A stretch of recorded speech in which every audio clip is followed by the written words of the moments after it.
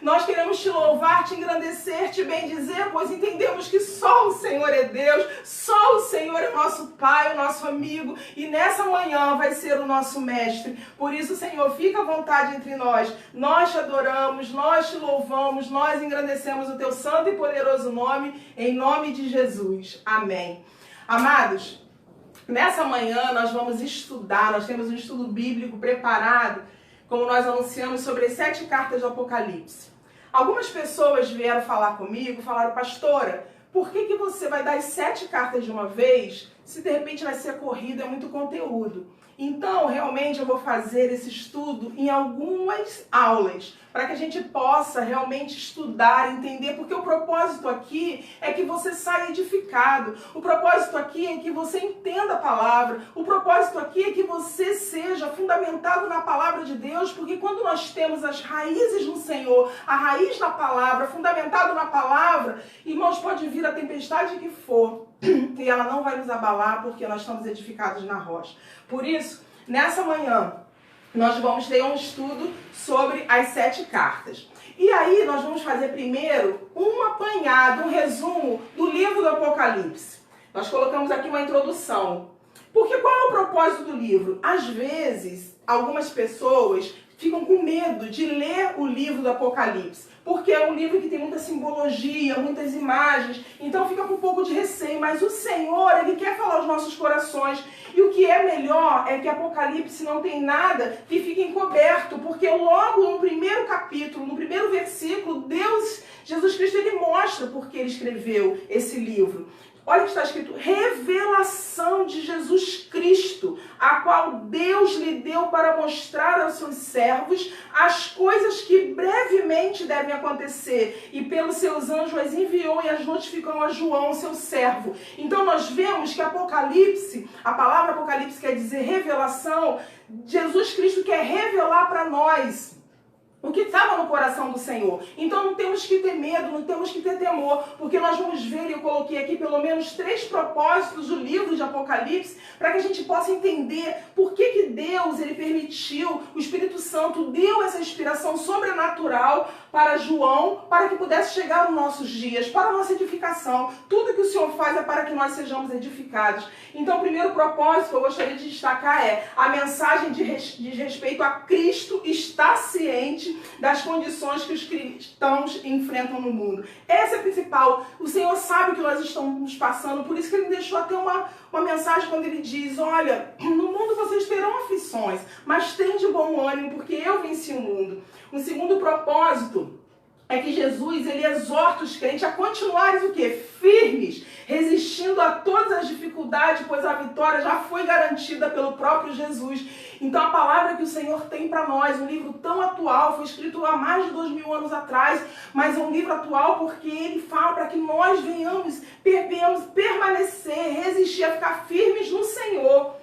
E também um terceiro propósito é: por isso em breve Satanás será derrotado definitivamente e a igreja reinará eternamente com Deus. Essa é a nossa esperança. É disso que nós temos que colocar no nosso coração, porque o Senhor virá nos buscar. Então, na certeza de que nós vamos reinar com o Senhor, de que nós vamos viver com o Senhor, isso deve alegrar o nosso coração, e nós temos que lembrar sempre daquele louvor que diz que vai valer a pena. Vai valer a pena todo o esforço que nós estamos passando aqui nesse momento.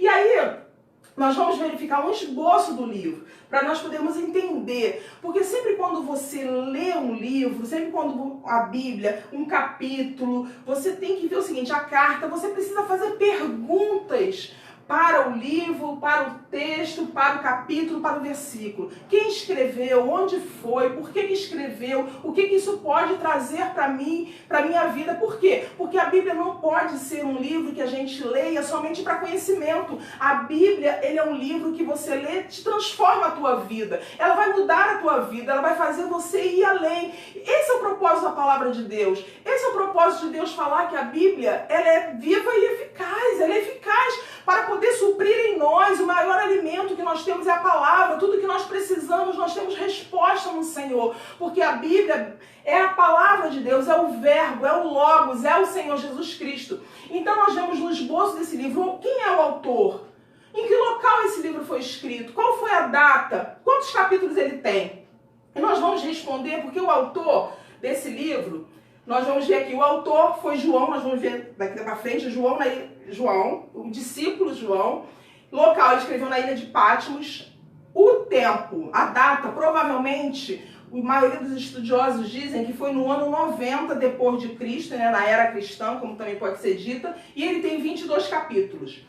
E se você quiser ver o livro do Apocalipse, ele é dividido em 7 sessões. Se você guardar essas 7 sessões, você vai ter um entendimento para você poder estudar e você entender de uma forma melhor. Então a primeira sessão, que vai do capítulo 1 ao 3, que é o que nós vamos verificar, começar a estudar, que fala sobre a apresentação e também sobre as 7 cartas, que mostra as 7 cartas do Apocalipse. Quais são essas cartas que o Senhor Jesus escreveu para ali, aquela região da Ásia, chamada Ásia Menor? É a igreja de Éfeso, igreja de Esmirna, igreja de Pérgamo, Tiatira, Sardes, Filadélfia e Laodiceia. Então, essas 3 cartas você vai verificar se você estudar no capítulo 2 e 3. Então, um é a introdução e o capítulo 2 e 3. Quando você pega os capítulos, vamos para a segunda sessão, que vai do capítulo 4 até o 7, começa o início das séries, das visões celestiais, ou seja, são os 7 selos que são abertos.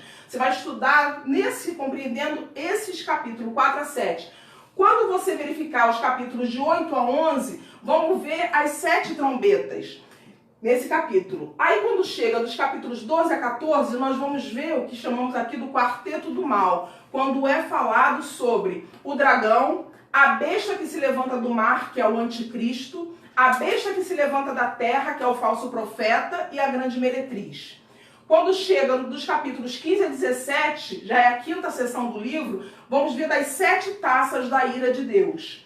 A 6ª sessão do livro, dos capítulos 18 a 19, é a queda do quarteto do mal. Quando nós vimos ali dos capítulos 12 a 14, se levantando primeiro o dragão, depois o anticristo, o falso profeta e a grande meretriz, aqui na queda é de trás para frente, ou seja, cai primeiro a grande meretriz, depois o falso profeta, depois o anticristo e depois o dragão. E a 7ª e última sessão do livro, que é tremenda, poderosa, é o que nós ansiamos e esperamos, quando fala do juízo final, os novos céus e as nova terra, dos capítulos 20 a 22. Então, se você compreender essas 7 sessões, você vai poder estudar o livro do Apocalipse e ter uma ideia de um panorama geral. Você não vai se perder na leitura do livro. E o número 7 é um número significativo no livro do Apocalipse. Você vai ver muitas descrições falando desse número 7. E o número 7, ele tem um simbolismo de ser o número da perfeição. Então você vai ver 7 igrejas, 7 anjos, 7 cartas, 7 estrelas, 7 selos, 7 trovões. Você vai ver muito desse número 7 em todo o livro. Então eu trouxe aqui só uma ideia para você poder verificar que realmente o número 7, ele é assim, muito citado na palavra do Senhor, aqui no livro de Apocalipse. E sobre o autor?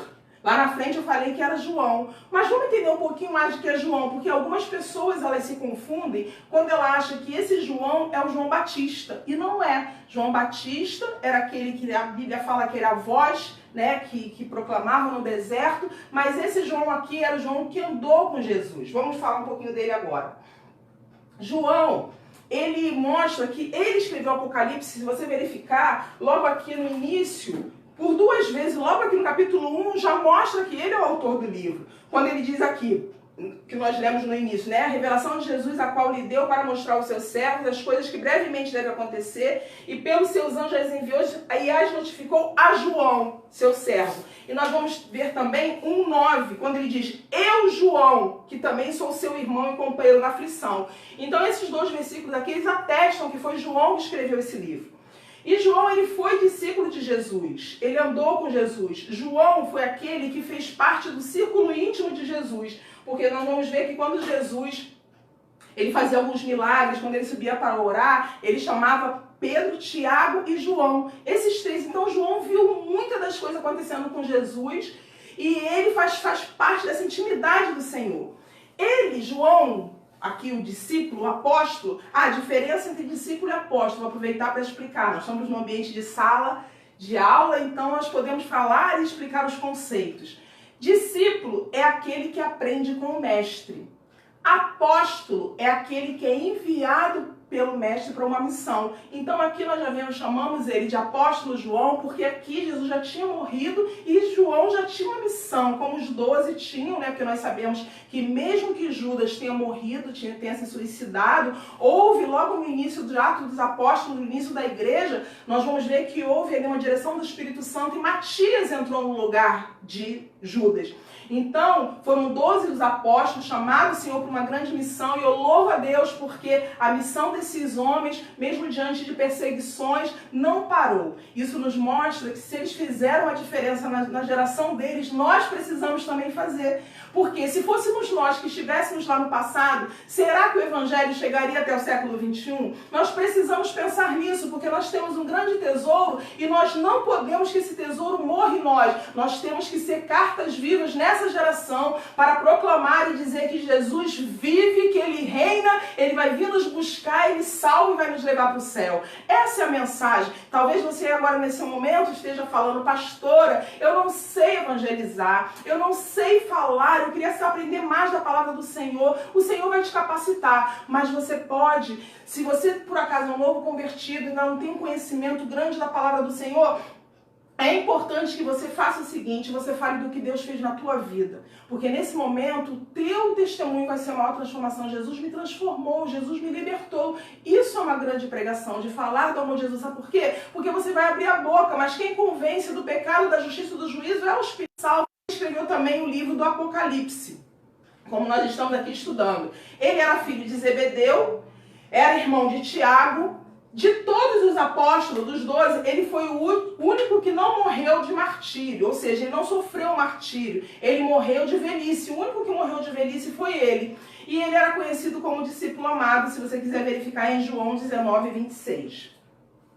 Agora, sobre o local em que essa carta foi escrita. Nós já vimos que foi João que escreveu, nós vimos que foi no ano de 90, depois de Cristo. Agora, vamos falar desse local. Vamos falar do local onde o Senhor Jesus deu essa revelação para João. Ele deu essa revelação na ilha de Patmos. Na época dos apóstolos, sob o regime do Império Romano, Patmos era uma ilha de prisão. Então era uma ilha em que as pessoas eram exiladas, ou seja, pessoas que cometiam crimes, era como se fosse uma prisão de alta segurança. Então elas eram exiladas nessa ilha chamada Patmos. Tanto que nós vemos aqui que João, que era uma ilha que era realmente... pessoas eram presas nela, porque João fala isso. Apocalipse 1:9 ele diz, eu, João, estava na ilha chamada Patmos. Por quê? Por causa da palavra de Deus e pelo testemunho de Jesus Cristo. Então nós vamos ver que foi por causa da palavra de Deus. E ele foi exilado na ilha de Patmos em que momento? Na época do governo do imperador chamado Domiciano. Porque houve uma intensa perseguição aos cristãos que já tinha começado com Nero. É bom a gente falar isso, que nós vamos verificar um pouquinho lá na frente, falar sobre a perseguição, porque isso já estava nos planos do Senhor. Já sabia que havia uma perseguição, que haveria, né, o que chamava de diáspora. E quando o Senhor Jesus falou assim, ó, ficai em Jerusalém até que do alto sejas revestido de poder. Então o Senhor tinha dito que em algum momento o povo teria que sair. E quando aconteceu no dia de Pentecostes, como nós vimos no livro de Atos dos Apóstolos, quando eles foram revestidos do poder, começou uma grande perseguição. Então, quando eles estavam cheios de Deus, Deus permitiu aquela perseguição. Por quê? Porque quanto mais a igreja ela se propagava, ela fugia para outros lugares, ela saía de Jerusalém, se cumpria o que Jesus tinha falado, o quê? E vocês serão minhas testemunhas, tanto em Jerusalém, como na Judéia e Samaria e até nos confins da terra.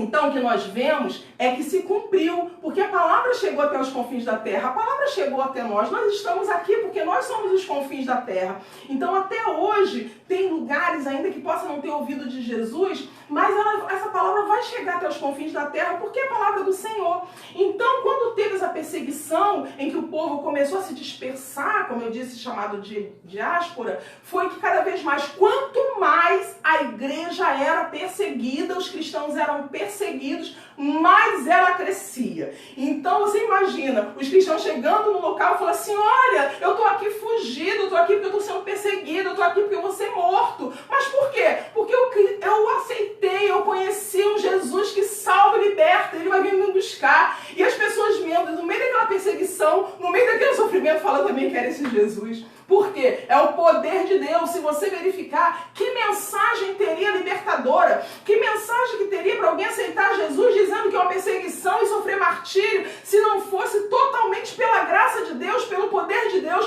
pelo convencimento do Espírito Santo. Glória a Deus por isso. Então, ele ficou nessa prisão por causa disso. Mas vale de lembrar que João não morreu em Patmos. Teve ainda um decreto de um outro imperador chamado Nerva, em que fez com que ele saísse da prisão. Como eu disse, ele morreu de velhice. E aqui a ilha de Patmos, eu trouxe aqui um mapa só para a gente ter uma ideia do quão pequena ela era. A ilha de Patmos, ela tinha 13 quilômetros de comprimento e 7 de largura. Então nós vemos aqui no outro mapa nós vamos depois ver que aqui é o mar Mediterrâneo, aqui é o mar Egeu. E essa parte aqui, que é chamada de Ásia Menor, hoje ela é conhecida como a Turquia. Hoje, né, atualmente é conhecido como Turquia. Então João, ele em Patmos, ele teve a visão de Jesus glorificado. E essa visão, se você quiser estudar, está aqui ó, em Apocalipse, no capítulo 1, do verso 10 a 16. Vale a pena, eu vou ler isso aqui porque é edificante para nós. Você imagina um homem preso, porque quando João foi preso, ele não era novo, ele já era um ancião, ele devia ter mais de 90 anos de idade. E você imagina ele sozinho, preso ali, olhando para aquele mar, na frente dele, olhando para aquele mar Egeu e falando: Senhor, por causa da tua palavra que eu estou aqui. Deve ter visto tanta coisa, né? Deve ter pensado tanta coisa, e ele recebe a visita de alguém ilustre. Irmãos, você imagina, uma pessoa presa receber uma visita, já deve ser algo tremendo. Você imagina ele receber a visita do próprio Senhor Jesus. E o que está aqui relatado na palavra do Senhor, Apocalipse 1, capítulo 1, do verso 10 até o 16, olha o que diz: e eu fui arrebatado em espírito no dia do Senhor. Dia do Senhor aqui é domingo, primeiro dia da semana. Por isso que nós cristãos, nós temos o dia de domingo como o dia do Senhor, porque por isso que nós falamos isso, por causa daqui da palavra do Senhor que está escrito isso. Então eu fui arrebatado e ouvi atrás de mim uma voz grande, como de trombeta. O que dizia? Aí Jesus, olha o que Jesus disse, por isso que nós vemos aqui as 7 cartas de Apocalipse. O que vês, escreve no livro e envia-os às 7 igrejas que estão na Ásia. A Éfeso, e a Esmirna, e a Pérgamo, e a Tiatira, e a Sardes, e a Filadélfia, e a Laodiceia. E virei-me para ver quem falava comigo. E virando-me, vi 7 castiçais, olha aqui a imagem que ele viu do Senhor Jesus, 7 castiçais de ouro, e no meio dos 7 castiçais, um semelhante ao Filho do Homem, vestido até os pés de uma veste comprida e cingido pelo peito com um cinto de ouro, e a sua cabeça e cabelos eram brancos como a lã branca, como a neve, os seus olhos como chama de fogo, e os seus pés semelhante a latão reluzente, como se tivesse sido refinado numa fornalha, e a sua voz como a de muitas águas. E ele tinha na sua destra 7 estrelas, e da sua boca saiu uma aguda espada de 2 fios, e o seu rosto era como o sol, quando na sua força resplandece. Então nós vemos, você imagina, um ancião preso, talvez sem esperança, já esperando, né, aguardando a morte. Aí chega o nosso Senhor e Salvador Jesus Cristo, e ele vê Jesus glorificado. Irmãos, não importa onde nós estejamos, a situação que nós estejamos passando, o Senhor é conosco. Nós vemos isso em vários momentos na Bíblia. Aqui, João estava preso, Jesus estava ali, Daniel estava na cova e tinha o anjo do Senhor ali. Sadraque, Mesaque e Abednego estavam na fornalha e tinha ali o 4º anjo com eles. Nós vemos o que? Elias estava numa caverna e o Senhor entrou ali. Elias, o que tu fazes aqui? Em todo o tempo, não importa onde nós estejamos, o Senhor é conosco. A Bíblia diz, irmãos, na vida de José, as 2 vezes em que diz que Deus era com José, foi quando ele estava preso na casa de Potifar, ali como escravo na casa de Potifar, e quando ele estava na prisão. As 2 vezes que a Bíblia diz que Deus era com José. E isso precisa trazer um alento para o nosso coração. Precisamos olhar para a palavra, porque quando nós estudamos a palavra, nós encontramos refrigério para nossas almas, porque nós vemos que os servos do Senhor que sofreram no passado, e nós vamos ver que em todas as coisas nós somos mais do que vencedores, porque o Senhor é conosco. A presença do Senhor conosco deve nos bastar para nós irmos adiante. E foi tremendo, porque talvez num dos piores momentos da vida de João, ele tem uma grande revelação que chegou para os nossos dias. Opa! E aí foi o que nós lemos. O que vês, escreve num livro e envia-os a 7 igrejas que estão na Ásia. E ali nós vimos como é que estavam dispostas as 7 igrejas que são alvo das cartas, né, que o Senhor Jesus escreveu para cada uma delas. São 7 igrejas. E aí nós vamos ver agora os capítulos 2 e 3, que trata especificamente. Quando você estudar o capítulo 2 e 3 de Apocalipse, você vai ver que ele descreve toda essa situação que o Senhor vai falar com as 7 igrejas. As 7 igrejas são essas aqui. O número 7, como nós vimos naquele desenho, aparece várias vezes, repetidas vezes no livro do Apocalipse. E como eu disse, é símbolo de uma perfeição. Só que nós precisamos ver que tinham muito mais igrejas lá na Ásia do que essas 7 igrejas. Mas o Senhor talvez tenha escolhido essas 7 igrejas representando toda a história da igreja. Então, por mais que nós possamos ver que tinham somente 7 igrejas, nós podemos entender que Deus queria essas 7 igrejas e nós vamos ver alguns motivos para isso também. Aqui agora o desenho completo. Na Ásia Menor, o Mar Egeu aqui, a ilha de Patmos, o Mediterrâneo, como eu disse, ele é a Turquia, e as 7 igrejas para a gente poder verificar. Então você imagina, daqui onde estava João, na ilha de Patmos, ele fez o quê? Ele olhando e Deus falando que ia escrever para 7 igrejas. Então, de alguma forma, ele estava ali contemplando e verificando, quando o Senhor falava com cada uma, né? Ia falando das igrejas, ele estava ali contemplando, porque o Ilha de Patmos ficava de frente para esse lado aqui, que é hoje a Turquia. E é bom, eu separei algumas informações que é bom nós guardarmos. Qual é a informação que nós precisamos guardar? 3 mensagens universais de Jesus nas 7 cartas. São 3 mensagens que acontecem, que Jesus ele repete, tá bom? Jesus ele repete nas 7 cartas. Olha só, as 3, ó. Eu conheço as tuas obras. Irmãos, isso aqui é tremendo. Para as 7 igrejas, Jesus falou a mesma coisa. Eu conheço as tuas obras. Ao que vencer, quem tem ouvidos, ouça o que o Espírito diz às igrejas. Essa aqui, em todas as 7 cartas, Jesus vai repetir essas 3 frases. E o que nós podemos trazer para os nossos dias, diante dessas 3 frases, dessas 3 mensagens? Primeiro, eu conheço as tuas obras. Deus nos conhece totalmente. Não adianta nós nos escondermos dele. Aqui, ó, eu te conheço. É a palavra que o Senhor nos deixa para nós. No dia de hoje, diante dessas cartas, eu te conheço. E aí nós fazemos uma referência ao Salmo 139, que diz o quê? Senhor, tu me sondastes e me conheces. O Senhor conhece o meu deitar e o meu levantar. Para onde fugirei do teu espírito? Ou para onde fugirei da tua, né, dos teus olhos? Não tem como. Então o Senhor nos conhece, o Senhor conhece você. Deus não nos vê, irmãos, como se fôssemos assim uma multidão. Deus nos vê individualmente. Deus está te vendo agora, sabe da tua necessidade, sabe do que você precisa, talvez o que não tem no teu coração que ninguém sabe. O Senhor conhece, eu te conheço. É a palavra que o Senhor tem para a tua vida, para que possa trazer alegria para o teu coração. Ao que vencer, ou seja, tudo é prometido para aquele que vencer. E nós vamos verificar aqui que o Senhor nos chamou, realmente a Bíblia diz que o Senhor nos chamou para sermos mais do que vencedores. Olha o que diz 1 João, capítulo 5, no verso 4. O que é nascido de Deus vence o mundo. E esta é a vitória que vence o mundo, a nossa fé. Então, ao que vencer, ao que perseverar até o fim.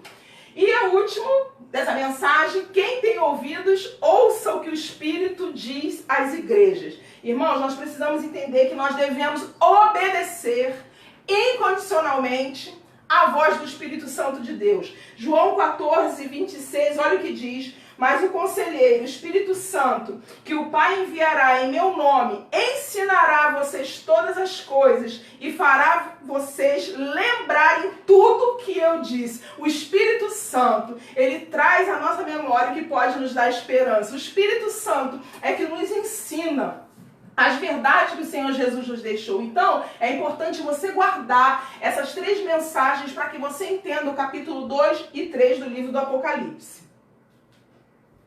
O que há de comum nas cartas? O que há de comum? É importante também, como nós vimos as 3 mensagens universais, o que é de comum?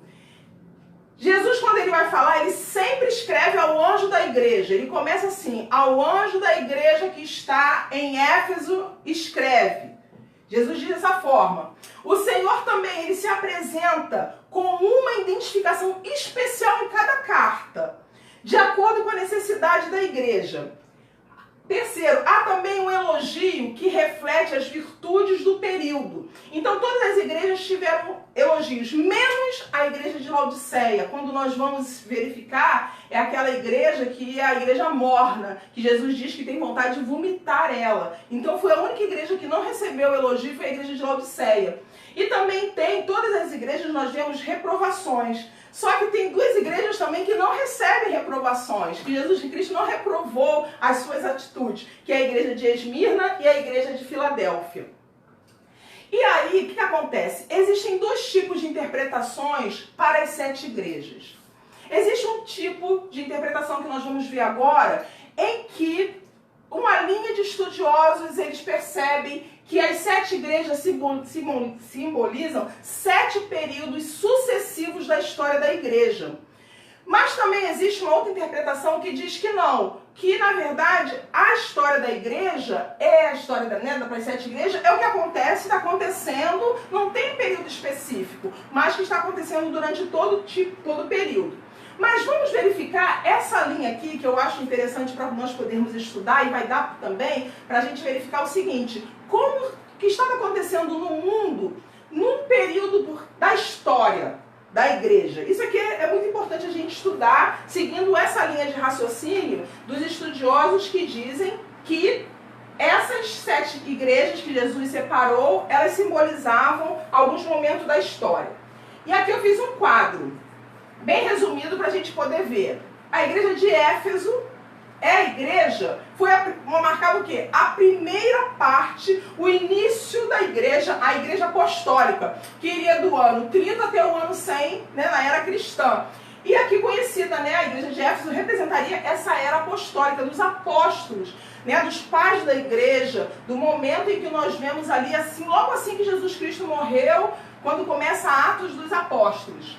Aí a igreja de Esmirna, que iria do ano 100 até o ano 313 depois de Cristo, ela simbolizaria a era da perseguição, quando nós vamos ver que era o momento como eu disse, da diáspora, momento em que teve muita perseguição, muitos cristãos morriam. Irmãos, faltaram cruzes, faltou madeira para poder crucificar os cristãos, mortos através do Coliseu ali de Roma, né, na arena de Roma, mortos comidos pelos leões e também queimados. Então essa época aqui de 100 a 313, que foi a grande época da perseguição, é conhecida, né, como uma época dos martírios que aconteceram. Terceiro, a terceira época, marcada aqui pela igreja de Pérgamo, é que vai de 313 a 538, é conhecido como a igreja imperial. Por que ele é chamado de igreja imperial? Foi aquele momento em que a igreja se uniu com o Estado. Foi quando Constantino, ele declarou que o cristianismo seria a igreja, né, seria assim, a religião do império. Foi nesse momento. E nesse momento é que entra o mundanismo dentro da igreja. Por quê? Porque quando a igreja se une ao Estado, ou seja, as verdades do Senhor, muita legalidade entrou dentro da igreja, nessa época aqui, na época de Pérgamo. A época de Tiatira, ela representa a era das trevas. Por quê? Que foi no momento em que começou a Bíblia, né? A Bíblia era no latim, então a Bíblia não chegava para as classes menores.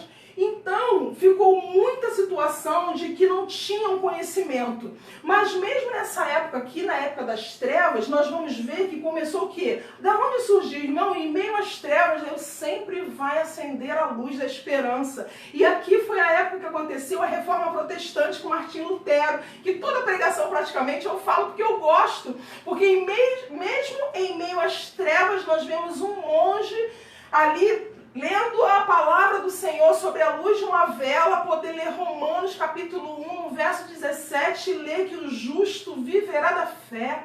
E o Espírito Santo fazer uma obra tremenda e começar uma reforma protestante de dizer que nós nós não precisávamos pagar pela nossa salvação, nós não precisávamos pagar por um pedaço de lá no céu, que nós viveríamos para a fé que nós temos em Jesus Cristo, e são aquelas 5 solas, né? Quando a Reforma Protestante, ela traz a base de Deus, a base do cristianismo, quando diz só a Cristo, só a Escritura, só a graça de Deus, só o Senhor Jesus da glória, e somente vamos viver pela fé. Então nós vemos que Tiatira representa essa era.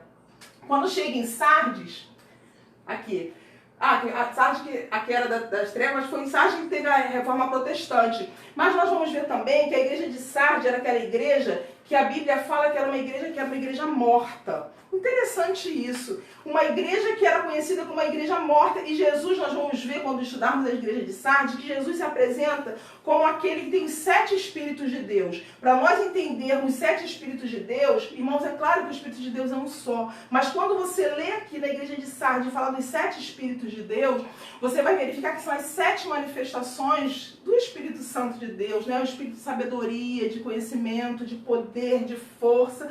Então nós vemos que a igreja de Sardes, mesmo sendo morta, o Senhor é aquele que dá a vida. A igreja de Filadélfia, como eu tinha dito, é a igreja que não recebeu nenhum tipo de repreensão. É a igreja quando começou as missões missionárias. Os grandes avivamentos, eles começaram nesse período de 1798 até 1844. Foi as missões mundiais onde começaram os grandes evangelismos. E nós louvamos a Deus porque portas foram abertas. Por isso que Jesus, quando vai escrever essa carta, e nós vamos ver lá na frente, ele diz assim, eis que diante de ti coloquei uma porta aberta que ninguém pode fechar. E a última igreja, a igreja de Laodiceia, que é a igreja que vem de 1844 até a volta de Jesus. Até a volta, a segunda vinda de Jesus, é a igreja contemporânea e é conhecida como a igreja apóstata. A igreja que está fria, a igreja que está vivendo o que diz a palavra do Senhor, que o amor de muitos se esfriaria. Então aqui nós vemos essa interpretação das 7 igrejas como sendo 7 períodos. E como eu disse, tem a outra interpretação dizendo que não, que as cartas representam realidades que se repetem e que nós estamos vivendo, não quer representar nenhum tipo. Então tem essas 2 correntes filosóficas para explicar a contemporaneidade, a mensagem de cada uma dessas cartas. E aí nós vemos aqui as 7 cartas, né, as cartas para as igrejas da Ásia. Essas 7 igrejas aí, que daqui a pouco nós já estamos decorando de tanto que nós estamos falando. Éfeso, Esmirna, Pérgamo, Tiatira, Sardes, Filadélfia e Laodiceia. Agora vamos falar da primeira igreja. Tá? Nós vamos falar dessa primeira igreja. Fizemos a introdução, isso tudo aqui foi a introdução para o Apocalipse. Mas vamos falar hoje da igreja de Éfeso, a primeira igreja. Essa igreja é uma igreja que ela fica até fácil para a gente falar dela. Por quê? Porque das 7 que Jesus escreveu aqui no Apocalipse, é a única igreja que nós encontramos carta no Novo Testamento.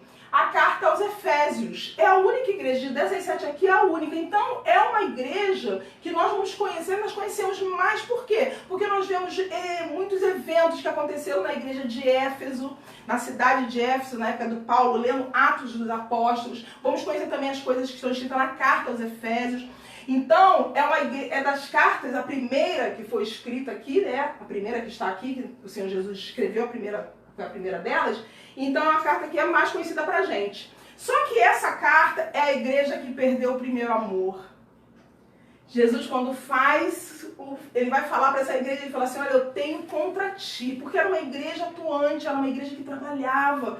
Mas Jesus tinha contra essa igreja porque ela perdeu o primeiro amor. Irmãos, quem perde o primeiro amor, nós vamos ver 1 Coríntios 13:13 diz assim, agora permanecem a fé, a esperança e o amor. Estes 3, porém o maior deles é o amor. Irmãos, perdeu o amor, a igreja perdeu o amor.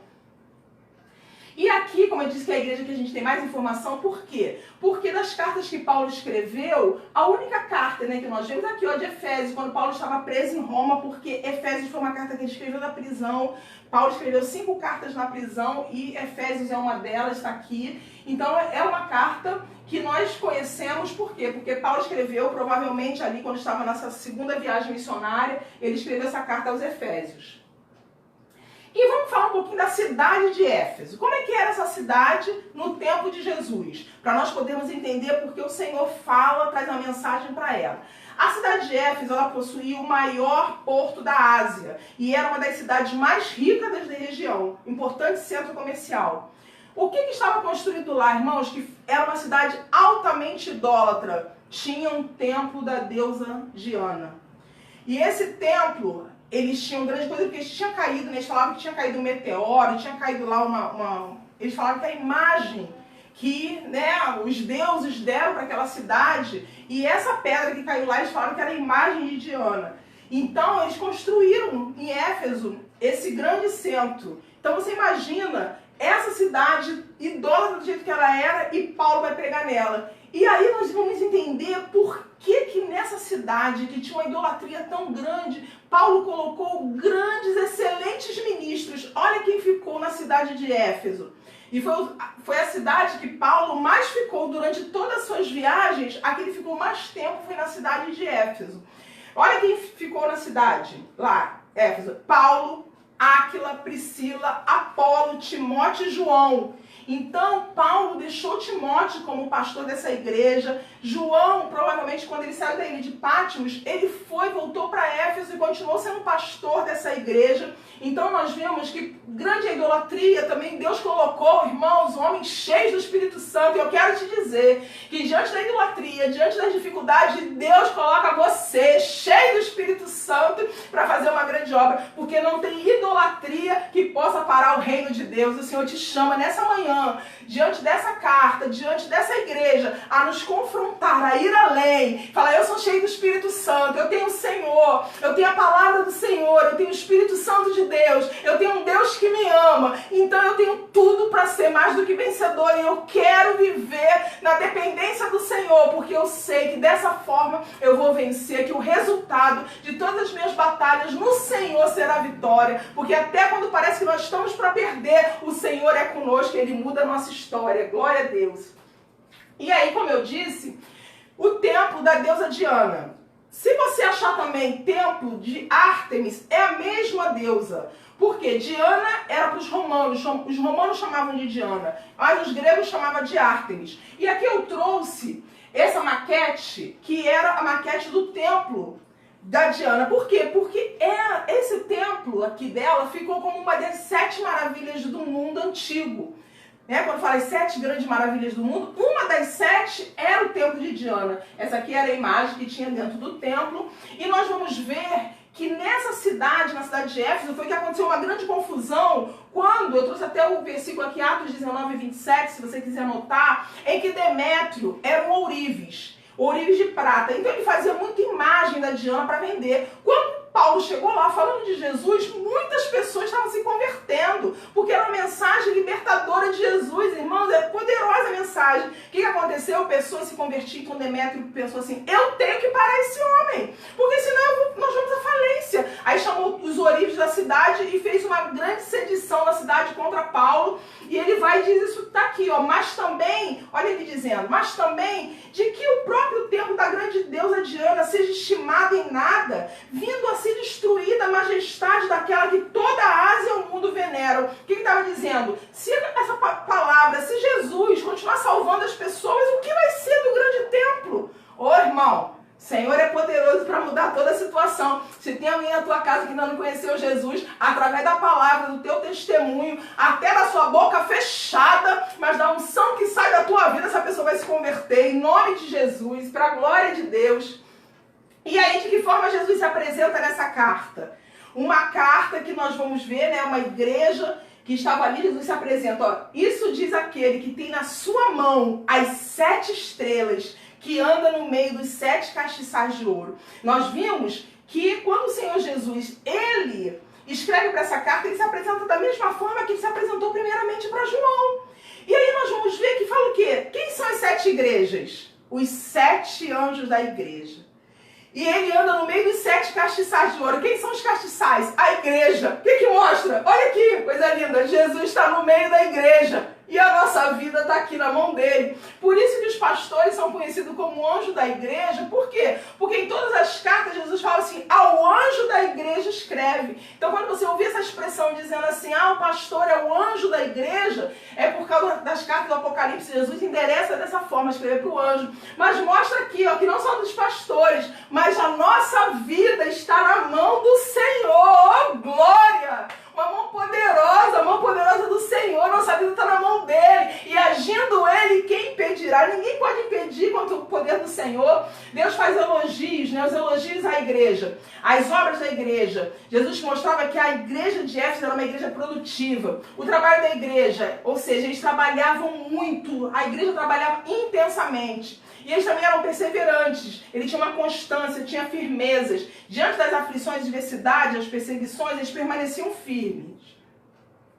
O elogio de Jesus também. A igreja de Éfeso não aceitava os falsos mestres e os falsos profetas que queriam implantar a imoralidade no seio da igreja. Sabe como é que era? Era assim. Chegava lá um homem dizendo, olha, eu sou um grande profeta, eu sou um mestre. Sabe o que eles falavam? Eles iam lá e prestavam atenção para ver o que eles estavam falando, se era verdade. E não é assim nos dias de hoje? Quantas vezes o mundanismo quer entrar na nossa casa através da televisão, através das novelas, através de filmes, e nós temos que verificar assim, isso que está ensinando para os meus filhos, que eles estão assistindo, está de acordo com a palavra? Nós precisamos querer sempre impedir com que a imoralidade entre na nossa casa e principalmente no nosso coração. Jesus elogiou isso. E eu elogiei também, Jesus, diante da perseguição, eles tinham fidelidade. Tinham ódio à obra dos nicolaítas, que era uma heresia que estava sendo disseminada naquela época da igreja, lá na igreja de Éfeso, em que causava muita imoralidade. Então Jesus elogiou a igreja por ter resistido e combatido essa heresia. Agora, a repreensão de Jesus foi que mostrou o quê? Que mesmo a igreja trabalhando, a igreja sendo zelosa, a igreja tinha perdido o quê? A igreja tinha perdido o seu amor. Ou seja, ela fazia as coisas quase que no automático. Aí olha a exortação de Jesus para a igreja. Lembra-te de onde você caiu, de onde parou. Arrepende-te e volta ao primeiro amor. Nós não podemos deixar o primeiro amor. Por que é tão importante? E o que nós vamos verificar isso? Que olha a promessa que o Senhor Jesus dá para a igreja de Éfeso. Como eu disse, lembra que eu disse que são 3 mensagens universal? Eu te conheço, ao que vencer, e escuta o que o Espírito diz à igreja. Ao vencedor, poder de se alimentar da árvore da vida. Irmãos, olha só. Lembra em Gênesis 2, 9, quando o Senhor falou que poderia, né? Quando Adão e Eva eles pecaram, eles foram expulsos de lá do Jardim do Éden. Por quê? Porque eles não poderiam ter contato com a árvore da vida. Mas chega no Apocalipse, se em Gênesis houve uma proibição, quando chega no Apocalipse existe uma restituição. Porque a primeira igreja, Jesus fala assim, olha, eu vou dar o poder de vocês, aqueles que vencerem, aqueles que perseverarem, aqueles que chegarem até o fim, comer da árvore da vida. O que o pecado limitou, o Senhor Jesus quer nos dar em abundância, para a glória e honra do nome do Senhor. Então o resumo da igreja de Éfeso é o quê?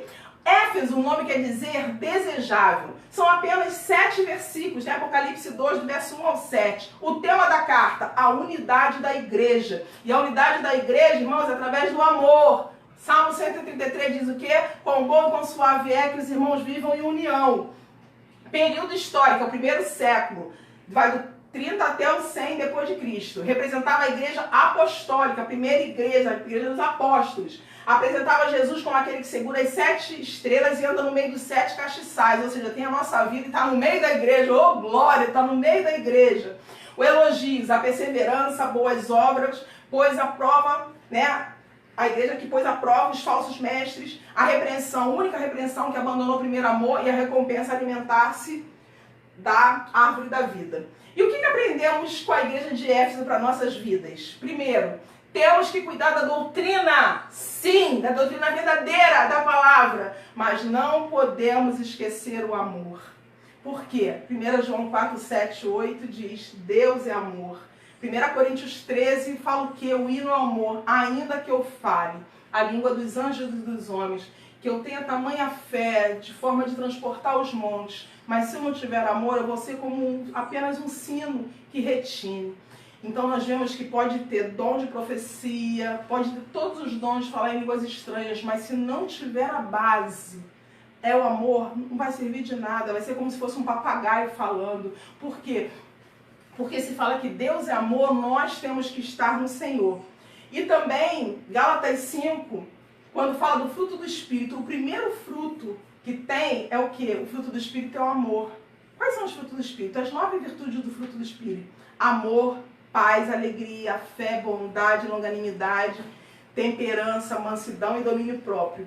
E o amor de Deus de João 3,16 que diz, porque Deus amou o mundo de tal maneira que deu o seu Filho unigênito para que todo aquele que nele crê não pereça, mas tenha vida eterna. Então, o que nós aprendemos hoje, nós vamos parar aqui esse estudo, porque como eu disse, você vê, nós estamos quase aqui, quase 50 minutos estudando e falando sobre uma carta. Nós fizemos a introdução, então na próxima aula a gente vai falar de 2 cartas. Nós vamos falar das cartas de Esmirna e vamos falar da carta de Pérgamo, da igreja de Pérgamo. Então eu quero assim que você, com esse estudo, esse primeiro estudo, você possa ter sido abençoado. Foi preparado assim com muito carinho. Eu tenho certeza que o Espírito Santo de Deus te trouxe entendimento, porque quando nós terminarmos o estudo das 7 igrejas, você vai ter entendido com propriedade o capítulo 1 ao 3 do livro do Apocalipse, e saber, e te dar esperança de saber que Jesus, quando ressuscitou, a mensagem que ele trouxe foi para a igreja, porque ele te ama. E eu quero orar por você nesse momento. Gostaria que você fechasse os teus olhos, porque tudo que nós aprendemos aqui nessa manhã, nesse estudo, não vai se perder, porque vai se cumprir. Mais uma vez eu profetizo, Mateus 7,24, quando diz que aquele que ouve as minhas palavras e a pratica, será comparado a um homem prudente que edificou a sua casa sobre a rocha. Meu Deus, meu Pai, nessa manhã, Senhor, eu quero profetizar que nós que ouvimos a Tua palavra, Deus, que temos o Teu Espírito aqui, Deus, nos ajudando, dando entendimento. Eu quero profetizar que aos Teus olhos nós seremos homens sensatos, verdadeiros adoradores, que através do aprendizado da Tua palavra te adorem em espírito e em verdade, e que a nossa casa, a nossa vida espiritual está edificada na rocha. Deus, eu profetizo que o poder da Tua palavra venha nos transformar. Eu profetizo que a Tua palavra venha dar frutos, Senhor, a 100 por 1 na nossa vida. Eu profetizo, ó Deus, que esse alimento que nós recebemos nessa manhã nos faça caminhar, ó Deus, para uma vida de vitória. E uma vida de vitória, Deus, não é andar em meio às riquezas. Uma vida de vitória é ter o Senhor como Senhor e Salvador da nossa vida. Uma vida de vitória é falar das grandes coisas que o Senhor tem visto. O mundo fala de desolação, o mundo fala de doença, o mundo fala de morte, mas nós precisamos, acima disso tudo, dizer e crer e falar que o nosso Redentor, ele vive. O mundo pode ter morte, mas o nosso Redentor continua vivo. O mundo pode estar num caos, mas o nosso Redentor continua vivo. E nós vamos continuar caminhando diante das dificuldades. Nós sabemos que lá na frente, ao que vencer, ao que perseverar, ao que permanecer no Senhor, mesmo chorando, mesmo triste, há uma recompensa em Deus. O nosso nome está escrito no livro da vida, e isso tem que trazer alegria para o nosso coração. Por isso eu abençoo a tua vida nessa manhã, eu abençoo a tua casa nessa manhã, com as virtudes do fruto do Espírito, com a força que Deus deu para essa igreja, de falar com ela, de estar ali vendo o labor dela, o trabalho dela, mas Deus fala: ei, volta-te! Vê de onde você deixou o primeiro amor, onde teu coração queimava por mim, que você lia a minha palavra, que você orava nas madrugadas, que você me buscava como seu único e suficiente Salvador. Volta hoje a palavra de ordem que o Senhor nos dá diante dessa igreja. Volta para o amor de Cristo, porque é um amor que lança fora todo medo. É um amor poderoso de um Deus tão grande, que tem um amor tão grande que te ama. Eu te abençoo em nome de Jesus e receba a bênção em nome de Jesus.